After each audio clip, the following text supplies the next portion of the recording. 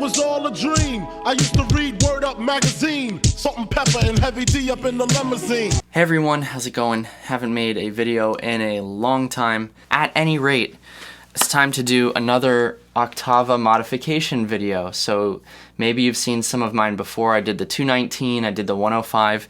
Now it's time to do the 319 because my dude just bought and received this awesome Oktava Mk-319 in the mail.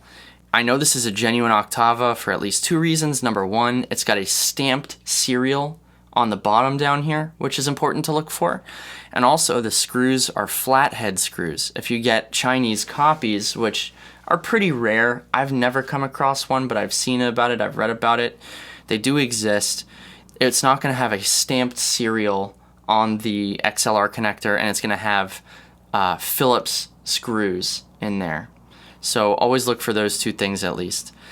The 319 is the next microphone, the next generation after the 219, and some improvements were made despite using the same capsule because the capsule is awesome, but that's what we're going to be working on today.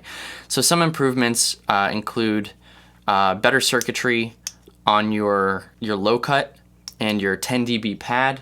A note about this low cut, it starts at around 400 Hertz, which is a little high, but I think they had broadcast in mind for that. At any rate, also an improvement, despite the fact that we're going to mod it, is this open grill. If you take a look at the 219, it looks like a tank, and it's a lot of work to mod. You need a drill press, basically. Yeah, it sucks. But once you do it, it's really cool. And just like on the 219, you can dampen the body here with silicone. We're not gonna be doing this tonight. That's gonna be up to my buddy here if he wants to do it. You open it up and you put silicone caulking in there, and that absorbs some vibrations. Interesting. Yeah, it's a whole other ball of wax. Before I get into this, I wanna take just a moment to explain why I love these microphones so much. In the used market, they are way undervalued, and you can buy an amazing large diaphragm condenser like this 319 for around $150 with shipping. What did you pay for this one? It was $180. $180?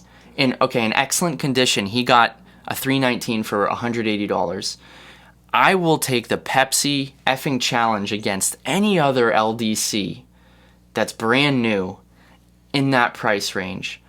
Some people are gonna say, well, the Rode NT1, no, this is better. Some people might say the AKG 214, dude, the AKG 214, and to my ear, is the worst LDC that's on the market. You're paying for a name. It does not sound great. But I tell you what, this Oktava Mk-319 is going to destroy them, especially after we do this mod. So come check out these prices really quick. I want to show you something that's weird about the market. So if you go to oktavatula.ru, this is the official Russian website, you can see that this costs, interestingly, 12,008 rubles. Okay, so if you live in Russia, if you know someone who lives in Russia, they can drop 12,000 rubles on that, and that translates to $180.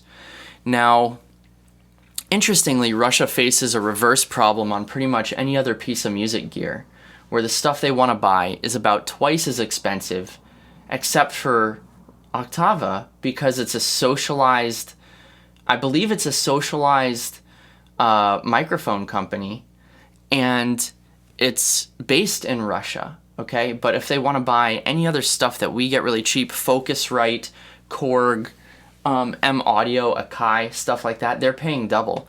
But this microphone, brand new, which only costs 180 American dollars in Russia, if you want to buy this brand new in the United States from our awesome guys over at Front End Audio, that's going to cost you $425 for this microphone. So in the American market, this is a $425 microphone, but let me show you what is crazy is what we just said, is you find these things used $120 plus $12 shipping for this microphone.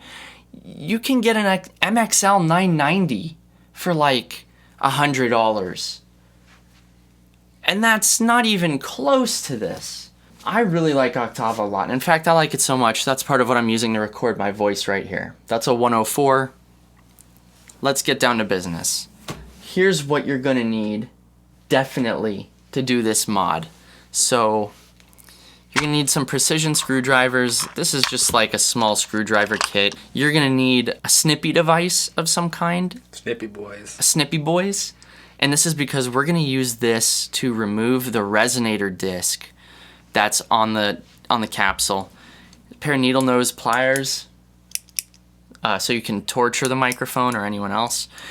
Here's a soldering iron that may come in handy for removing the internal mesh grill. There's 2 mesh grills here. We're gonna get rid of the internal one. This is just a little shock mount here that's set up. So that's like when I'm working on the grill, I can just plonk that in there, and it's just good for safekeeping. Okay. Plonk is not a technical term of any kind. The modification.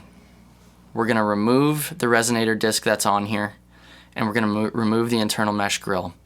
The reason that the resonator disc is on there is to add some high frequency hype to the capsule, largely because on the 219s they had that horrible tank-like grill, and that caused a obscene amount of internal reflections, and that caused phase problems. It was a naturally dark sound in the 219, and so Russian engineering was not to modify the basket, it was to add a resonator disc. So they fixed the problem with a problem. We're gonna undo that problem because it's the same capsule as the 219.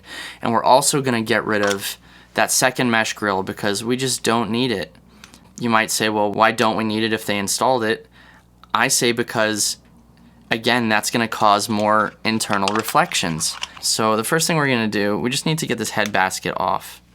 So I'm trying to use my tiny screwdriver here. It was all a dream. I used to read Word Up magazine. Okay, so now I've removed the 4 screws that hold the head basket on, and I'm very carefully gonna take that off, and we can see some stuff. We can get a better look at this chastity belt around this beautiful disc right here. This magnificent capsule, and it's on both sides. We're gonna remove it from both sides. So just for now, for safekeeping, I'm gonna bloop that right in there. And let's take a look at the head basket. Yeah, and we can see some solder points. Solder point right here, and down in there too. And that's at just that one solder point. So I'm gonna see if I can pull it off first without using the soldering iron. And this is just a really simple process. It's kind of brutal looking. Yeah, see, here's where the pliers come in handy.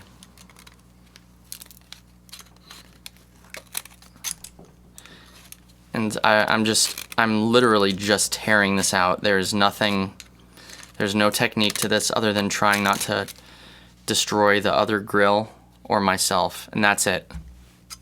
She's out. Easy. I didn't even need the soldering iron or the knife. So part 1 is done. Too easy. So let's look at part 2 here now. So this is a really delicate process. You do not want to touch the diaphragm with any of these devices. You will damage it. The diaphragm is thinner than paper. Wow. It's way thinner than paper. So here's what you need the snippy boys for. You see how we've got this wire that's going over the resonator disc?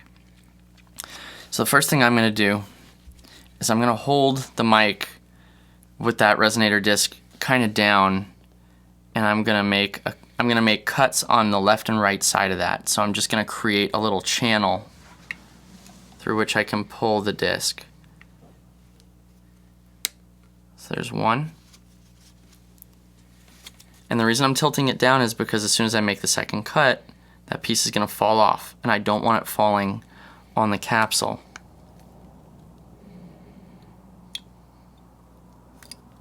That's it. So we don't need our snippy boys anymore. Check it out, pretty cool, huh?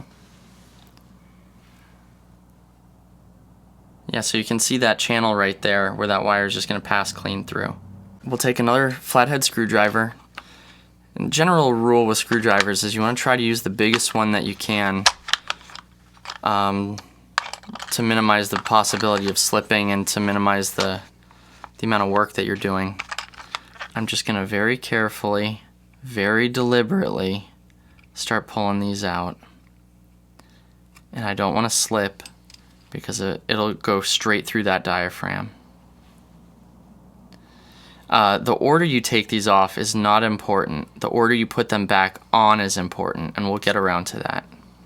It was all a dream. I used to read Word Up magazine. Okay, the front disc is almost off. And I need to hold it in place while I'm unscrewing it here so that nothing weird happens. There, look at that. You can see there's a little bit of schmutz on there, but I'm not going to touch it because it's very delicate. Supposedly the way to clean diaphragms is with rubbing alcohol and water brushes. I've never done it myself. This would be a good candidate for that. Now let's take the back resonator disc off.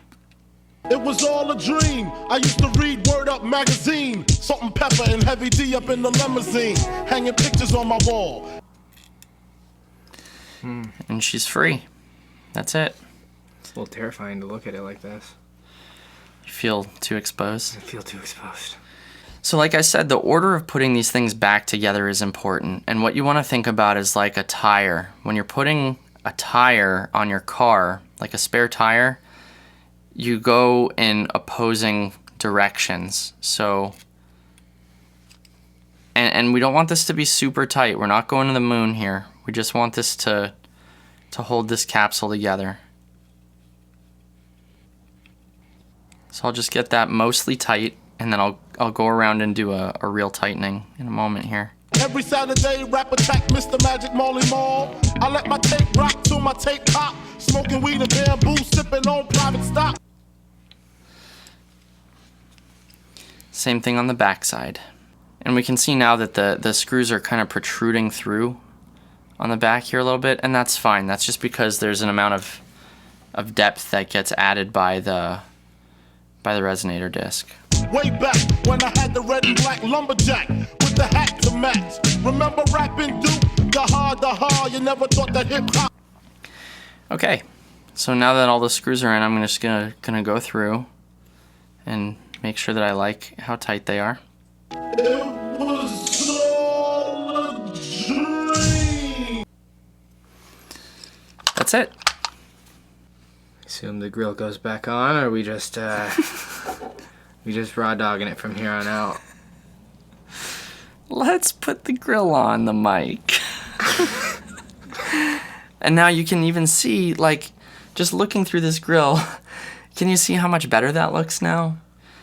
And in this case, yes, looking better does sound better.